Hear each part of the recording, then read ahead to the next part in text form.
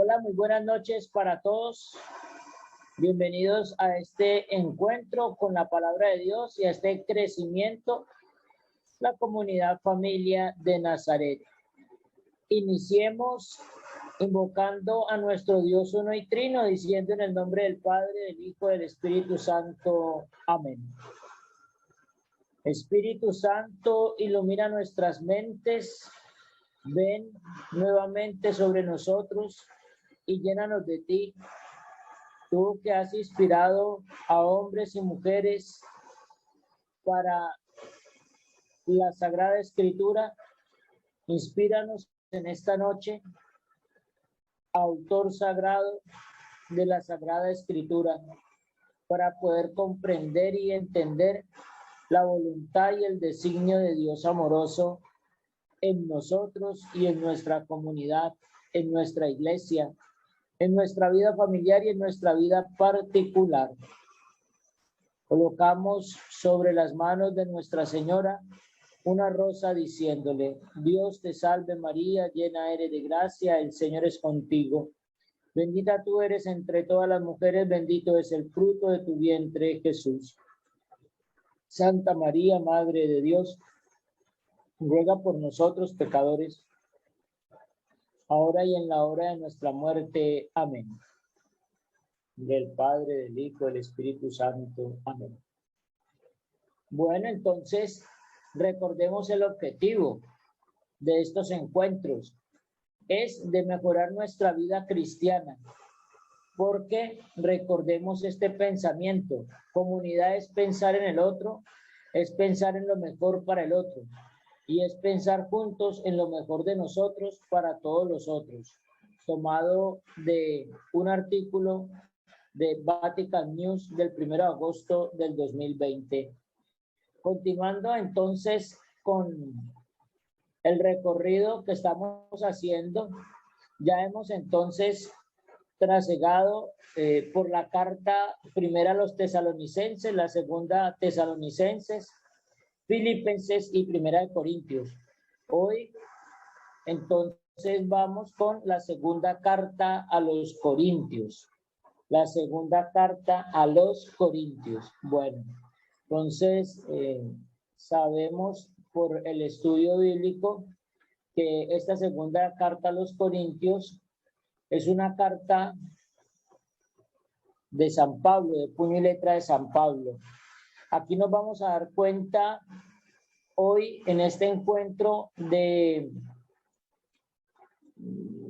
varias situaciones. Que por ejemplo estas cartas que nosotros tenemos hoy en nuestra Biblia, por ejemplo esta, la segunda epístola de San Pablo a los Corintios, son varias cartas, pero que se compendiaron en una sola. Y nos damos cuenta por el inicio. Esta segunda carta, esta primera parte de la segunda carta a los Corintios, es llamada también por los estudiosos bíblicos la carta de la consolación. Y ya vamos a ver por qué. Porque vamos de una vez al preámbulo de esta carta, que es el capítulo 1, versículos 1 al 11. Iniciamos esta segunda carta de San Pablo a los Corintios con ese saludo de San Pablo. Pablo, apóstol de Jesucristo, por voluntad de Dios, y Timoteo, el hermano, a la iglesia de Dios que está en Corinto, y a todos los santos que habitan en la región de Acaya. Os deseamos gracia y paz de parte de Dios, Padre nuestro, y del Señor Jesucristo. Ahora sí, vayámonos entonces con esta carta que ha sido denominada la carta de la consolación. Iniciamos en el versículo 3 del primer capítulo. Dice: bendito sea el Dios y Padre de nuestro Señor Jesucristo, Padre misericordioso y Dios de toda consolación, Dios de todo consuelo. Aquí vamos a escuchar en varios apartados este término de San Pablo: consolación, de la consolación, consolar, consuelo, consolación, varias veces. Continuamos leyendo. Él nos consuela en todas nuestras tribulaciones para que nosotros podamos consolar a los que se sienten atribulados, ofreciéndoles el consuelo que nosotros mismos recibimos de Dios. Viene San Pablo a presentarle a esta comunidad de Corinto, a estos hermanos, ese rostro del Padre,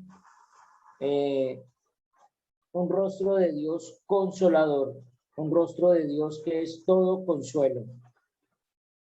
Ahora bien,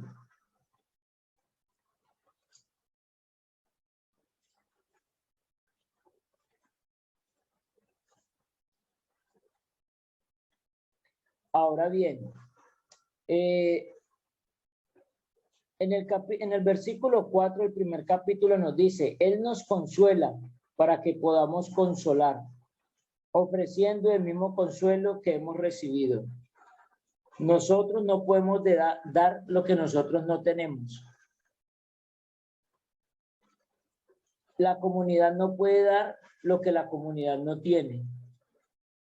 Solo cuando la persona, la comunidad, la iglesia experimenta de manera viva y eficaz, de manera personal, de manera viva y activa la experiencia de Dios, puede entonces expresar esa misma experiencia. Él nos consuela, dice San Pablo, porque ha visto que es una comunidad que necesita consuelo de parte de Dios, para que podamos consolar. Es decir, se recibe ese consuelo de Dios para nosotros poder consolar primero a hermanos nuestros de comunidad, pero también a más cristianos y también a más personas, porque recordemos que nuestra iglesia es católica, es decir, universal, abierta, ofreciendo el mismo consuelo que hemos recibido. No podemos ofrecer un consuelo distinto, no podemos ofrecer un amor distinto, no podemos ofrecer una misericordia distinta de la que nosotros hemos recibido. Y pues hemos recibido el consuelo, el amor, la misericordia de Dios. Y es ese mismo el que tenemos nosotros que dar. Estamos llamados a dar ese mismo consuelo, ese mismo amor, esa misma caridad. En el versículo 5 nos dice, abunde nuestro consuelo por medio de Cristo. Solo por Cristo, que hemos sido consolados, podemos nosotros consolar. Y es en el consuelo de Cristo que nosotros podemos consolar y es por medio de Cristo. Porque el ser humano es muy egoísta, es muy reservado para sí. Pero cuando San Pablo habla de ese consuelo dado, recibido primeramente por Cristo, por tanta tribulación, por tanta persecución, por tanto sufrimiento, por tanta envidia, por tanta persecución, se experimenta y se tiene ese consuelo, pero es el consuelo de Cristo y es el consuelo de Cristo que fortalece. En el versículo 6 nos dice, si somos atribulados, lo somos para consuelo y salvación vuestra. Si somos consolados, lo somos para vuestro consuelo. Es decir, nosotros primero somos consolados para luego consolar. Ese consuelo no es para que se quede en nosotros, sino que hay que darlo, que hay que ofrecerlo. Eso también es caridad, de lo que habíamos nosotros en la primera carta a los Corintios. Y en el versículo 7 encontramos que también seréis partícipes de nuestra consolación. Dios nos consuela. Nosotros debemos de estar abiertos a esa consolación de Dios, a que Dios nos consuele, inclusive a través de otros hermanos. a veces de unos hermanos de comunidad que a veces no se esperan, a veces de la familia, del familiar que uno menos espera, y de personas que uno muchas veces no cree que de ellos venga el consuelo.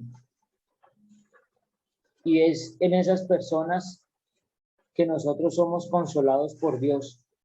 Somos partícipes de esa consolación que Dios nos ofrece y que Dios nos quiere dar y que Dios nos da todos los días.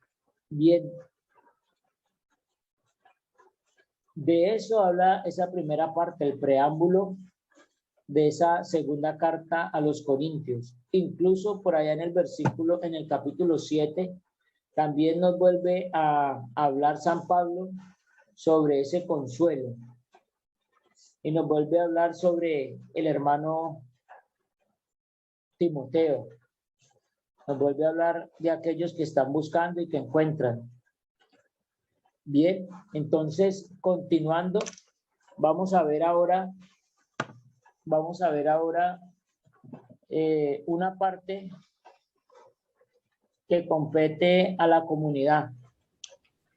Y la comunidad debe de ser muy agradecida con Dios. José, una pregunta. Señor.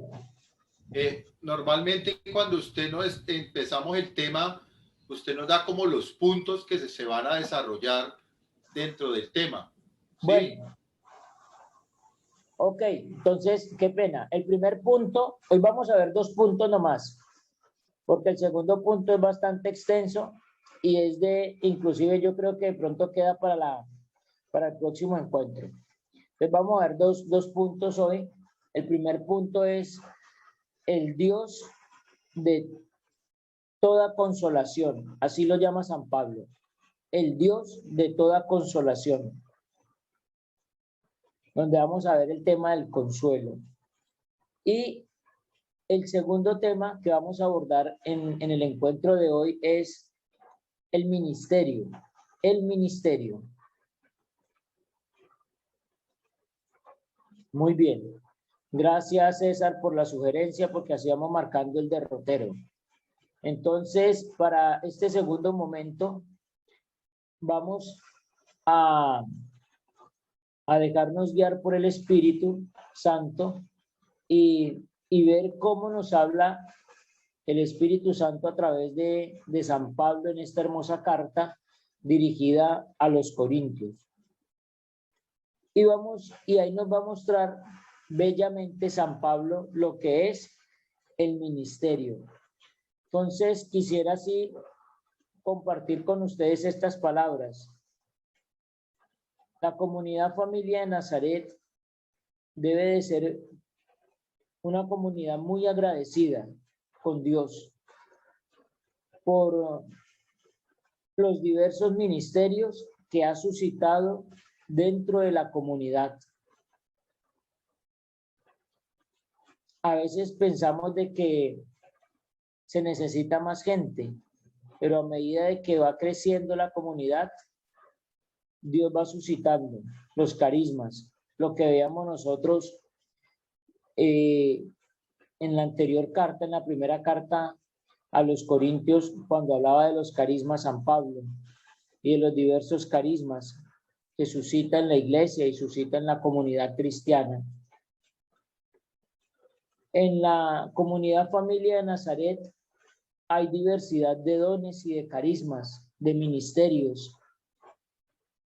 Está reflexionándolo para este encuentro, miraba yo lo siguiente: cómo Dios en su bondad ha querido dar a la comunidad ese ministerio de intercesión, ese ministerio de oración, ese ministerio de niños, ese ministerio de jóvenes, ese ministerio de parejas, ese ministerio de música, ese ministerio social, humano social, ese ministerio de predicadores, ese ministerio de consagrados, de consagrados. Es una comunidad muy bendecida y nos vamos a dar cuenta ahora cuando comencemos a caminar con San Pablo, haciendo ese recorrido con la comunidad de Corinto, con la iglesia primitiva de allí, y cómo podemos ir desvelando también la presencia de Dios caminando con nosotros en la comunidad familia de Nazaret. El ministerio. Y cuando hablo del ministerio, vamos a hablar de lo que es el ministerio, pero también del ministro. Y del ministro, cómo ejerce ese ministerio.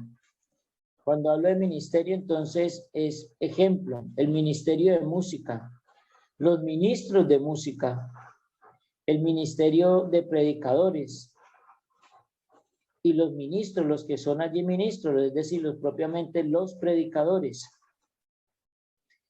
El ministerio de intercesión y los ministros que interceden, los de oración tan ferviente, de adoración, bueno, en fin, para referirme a ministerio y ministro, ministro en el ejercicio del ministerio.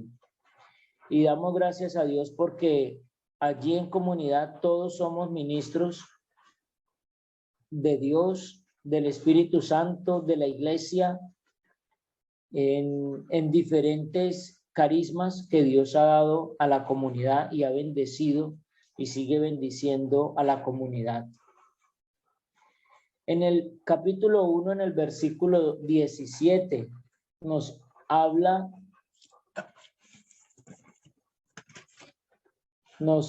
San Pablo lo siguiente, dice: obré con ligereza al proponerme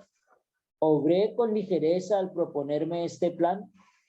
¿Pensáis quizá que mis proyectos se inspiraban en la carne, dando en mí cabida al mismo tiempo al sí y al no?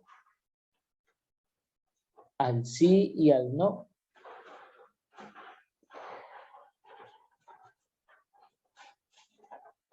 Es lo que debe de pensar siempre y debe tener presente siempre un ministro en ese ministerio, cual sea que fuese, dado la gracia de Dios.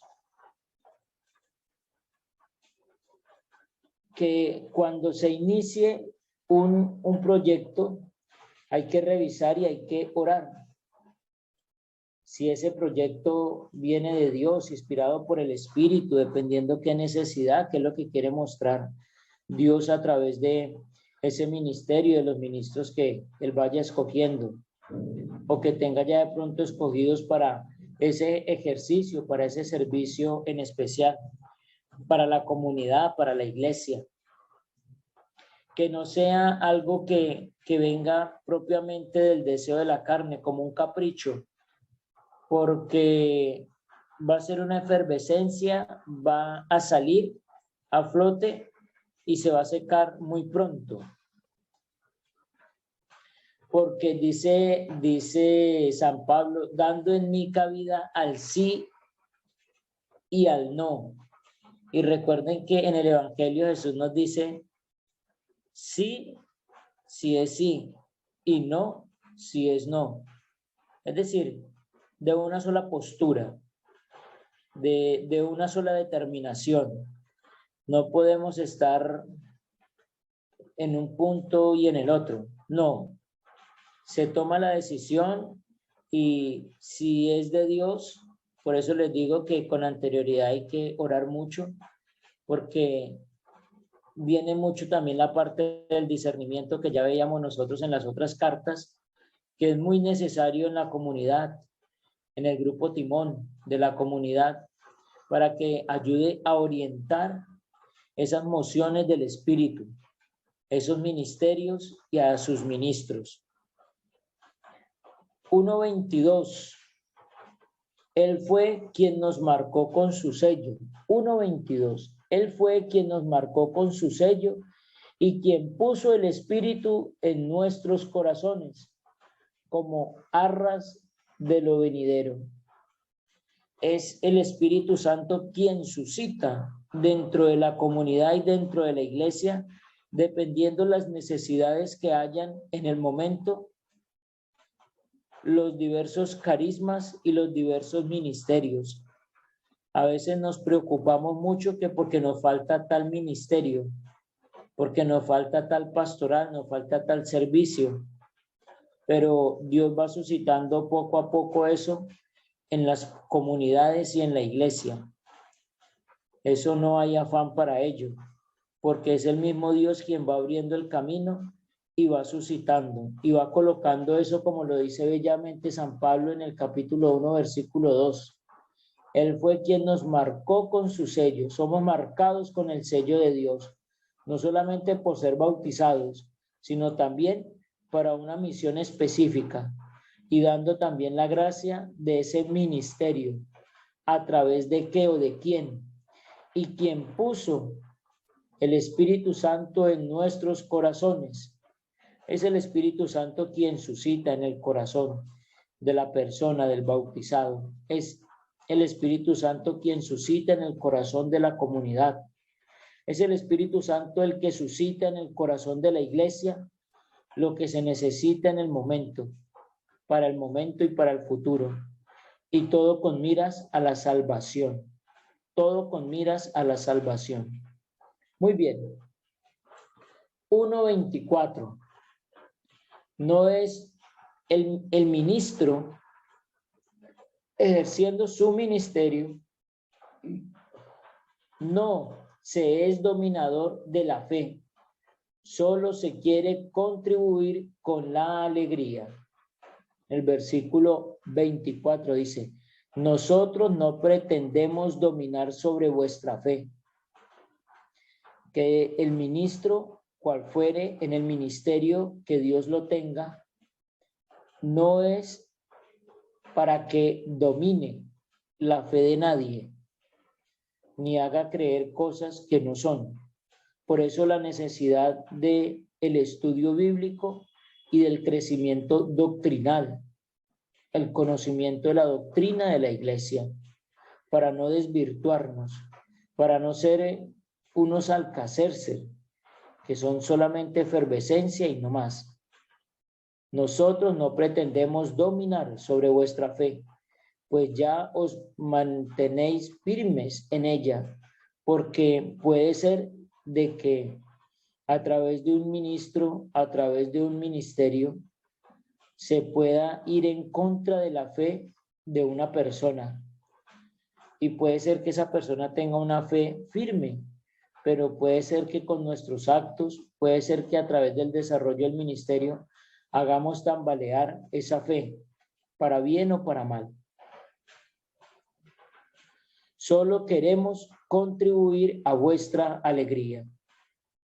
Leyendo la carta y reflexionándola, meditándola, orándola, cuando escuchaba yo esas palabras de alegría, recordé mucho aquellas palabras de este grupo que vino a la comunidad de Tuluá, que compartió con nosotros un retiro y que nos habló mucho de la parte de esto propio de la comunidad, ¿no? La alegría que se vive en la comunidad y bueno, cómo lo vivenciamos nosotros en ese momento y cómo lo podemos estar vivenciando en este momento de pandemia, resguardados, confinados,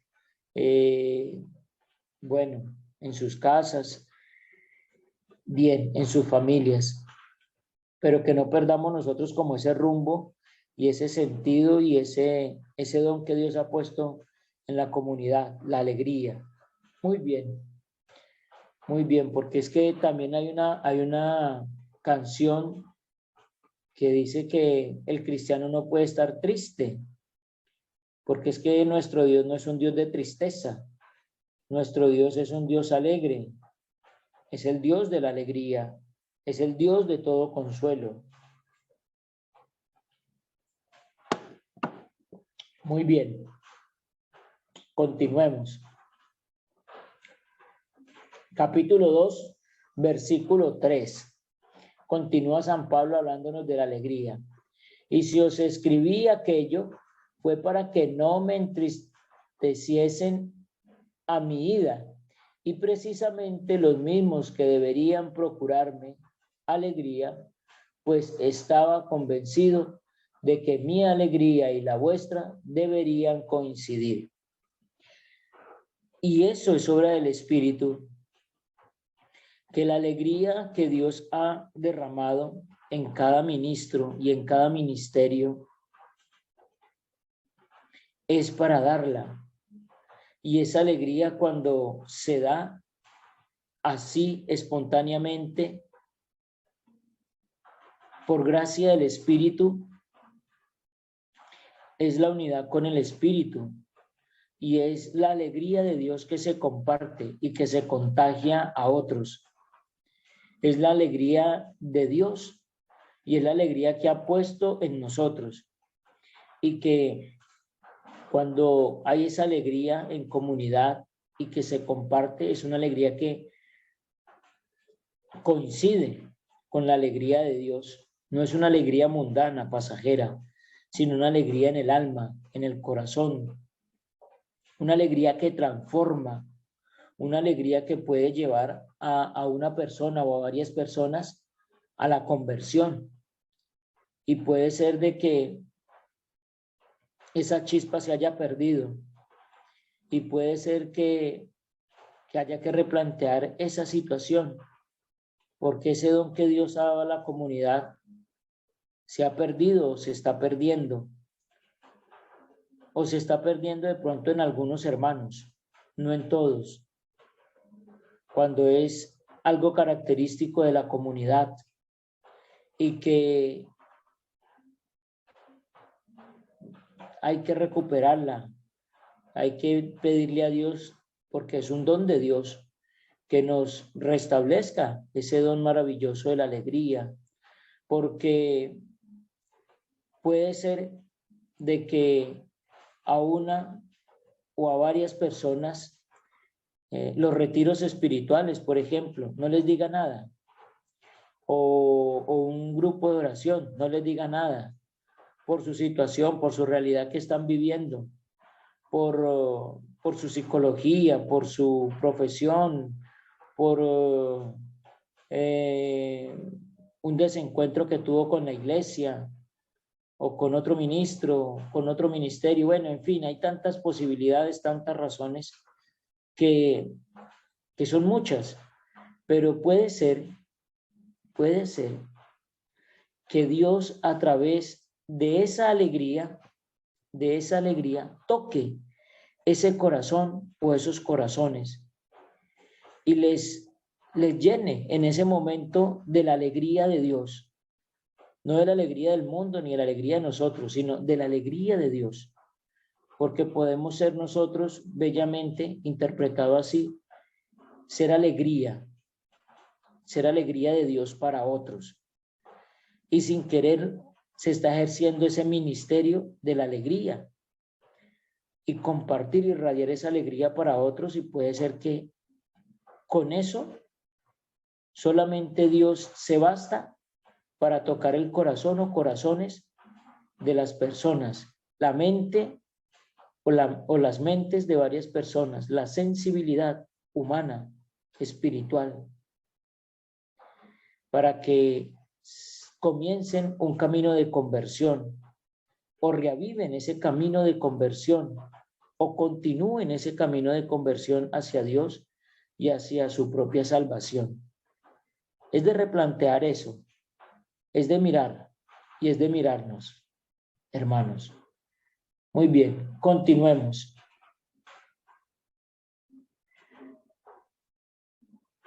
En el capítulo 2, versículo 4 nos dice: lloré porque los quiero. San Pablo expresando esos sentimientos: lloré porque los quiero. ¿Recuerdan la parte en que el autor sagrado en el Evangelio de San Juan nos dice que Jesús lloró? Jesús lloró porque quería a Lázaro. Porque quería a Lázaro. Y ese sentimiento de amistad, ese sentimiento de cariño, de cercanía, lo hizo llorar, expresar ese sentimiento. Y dice San Pablo en el versículo 4 del capítulo 2, nos dice: efectivamente os escribí tremendamente afligido y con el corazón angustiado, incluso lloré, pero no lo hice para entristeceros, sino para que os dierais cuenta de lo mucho que os quiero. Tanto los quiere San Pablo a esta comunidad de Corinto, que ha llorado por ellos. Y puede ser un llanto de alegría, de gozo en el espíritu. Muchas veces nos sucede eso. Lloramos y nos desahogamos con Dios, pero no de tristeza. O puede ser que nosotros en un primer momento lo hagamos por tristeza, pero como hay una canción también que dice que la tristeza se convierte en alegría. Has cambiado mi lamento en baile, me ceñiste todo de alegría. Entonces es Dios quien nos concede esa alegría, incluso al punto también de llorar por el gozo y por la alegría de los hermanos, de su salvación, de su caminar en la conversión, de su adhesión a Cristo, de su madurez cristiana, de su volver a Cristo, de gozarse en el Señor, de ejercer bien ese ministerio que Dios ha puesto en ti, en mí, de ser un ministro de Dios, definitivamente, en donde Dios nos ha dado ese carisma, cualquiera que fuese, cualquiera que fuese. Por eso vamos en el capítulo 2, versículos 12 al 13. 12 al 13, y nos dice lo siguiente: llegué pues a Troade para predicar el evangelio de Cristo, pero aún cuando se me había abierto una gran puerta para anunciar al Señor, mi espíritu no tuvo punto de reposo, pues no encontré a Tito, mi hermano. Así que me despedí de ellos y salí para Macedonia. La importancia del hermano, la importancia del compañero, la importancia del servidor, ministro junto conmigo en el mismo ministerio o en otro ministerio.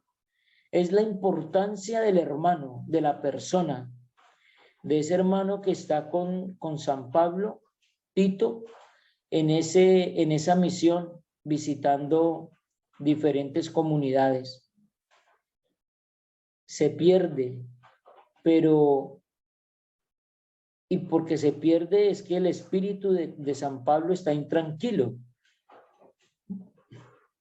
Y es por ese amor al hermano, por esa preocupación por el hermano, el servidor, el ministro, el ministerio debe llevarnos a nosotros es a preocuparnos por el hermano.